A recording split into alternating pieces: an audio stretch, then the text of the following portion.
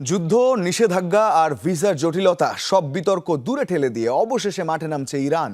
ইস্তানবুলে জরুরি বৈঠকের পরই এই সিদ্ধান্ত জানিয়েছে ফিফা মহাসচিব মাত্তিয়াস গ্রাফস্ট্রোম।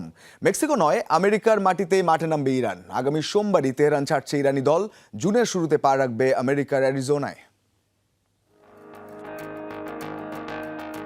মাঠে গড়ানোর অপেক্ষায় the greatest show on earth football বিশ্বকাপ কিক অফের সময়টা এখন এক মাসেরও কম। আমেরিকা, কানাডা আর মেক্সিকোর মাটিতে গড়াবে এই মহাযজ্ঞ, কিন্তু বিপত্তি বেঁধেছে ইরানকে নিয়ে। ফেব্রুয়ারি মাসে আমেরিকার আক্রমণের পর থেকেই ইরানের বিশ্বকাপে অংশ নেওয়া নিয়েছিল নানা প্রশ্ন।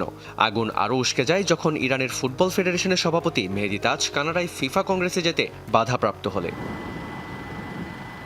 ইরান বিশ্বকাপে অংশ না নিলে টুর্নামেন্ট হারাবে তার বিশ্বাসযোগ্যতা। তাই পরিস্থিতি সামাল দিতে শনিবারই ইস্তাম্বুলে ইরানি কর্তাদের সাথে জরুরি ড্যামেজ কন্ট্রোল বৈঠকে বসে ফিফা সেক্রেটারি জেনারেল মাতিয়াস গ্রাফস্ট্রোম। ফিফার পরিষ্কার বার্তা, ইরান বিশ্বকাপে খেলবেই।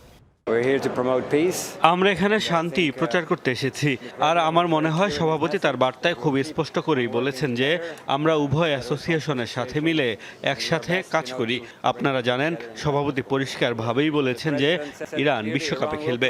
আমরা আত্মবিশ্বাসী যে তারা খেলবে, আর এটি নিশ্চিত করতে আমরা সংশ্লিষ্ট কর্তৃপক্ষের সাথে একসাথে কাজ করছি। আমেরিকার মাটিতে খেলতে অনীহা জানিয়ে ইরান তাদের ম্যাচগুলো মেক্সিকোতে সরিয়ে নেওয়ার আবদার করেছিল, কিন্তু ফিফা বস ইনফান্তিনো জানিয়ে দেন নো চেঞ্জ। আগামী সোমবারই ইরানি দল তেহরান ছেড়ে যাচ্ছে তুরস্কে, আর জুনের শুরুতে পা রাখবে আমেরিকার অ্যারিজোনায়। 70 দিন ধরে ইরানের রাজপথে থাকা আমজনতা লড়াইকে সঙ্গী করে এবার মাঠে নামবে তাদের এই জাতীয় দল। আগামী 15 জুন লস অ্যাঞ্জেলেসের মাটিতে নিউজিল্যান্ডের মুখোমুখি হয়েই বিশ্বকাপ মিশন শুরু করবে ইরান। রাজনীতি নাকি ফুটবলের সম্প্রীতি, শেষ পর্যন্ত কার জয় হয় সেটাই এখন দেখার অপেক্ষা। রিয়ান রাফতি, যমুনা স্পোর্টস।